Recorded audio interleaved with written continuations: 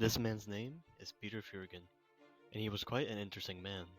During his life, he was a doctor, anthropologist, zoologist, Arctic explorer, journalist, author, and actor. He was very successful in many of these areas, so much so that he was awarded the gold medal by the International Benjamin Franklin Society for his valuable service to mankind in opening new frontiers. We can talk about his many accomplishments, but to keep it brief, I will only be talking about his achievements as an Arctic explorer.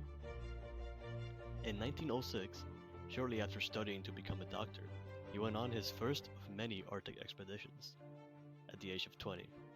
It was during this expedition that he decided to not return from his trip and instead lived with the native Inuit people that he himself discovered in Thule, Greenland, for 20 years. During this time, he married one of the Inuit women, had 2 children, established a trading base, and went on to conduct 7 additional Arctic expeditions. During his expeditions, he allegedly killed a wolf that attacked him with his bare hands, and in another instance, hunted a polar bear by himself, later fashioning a coat from his pelt.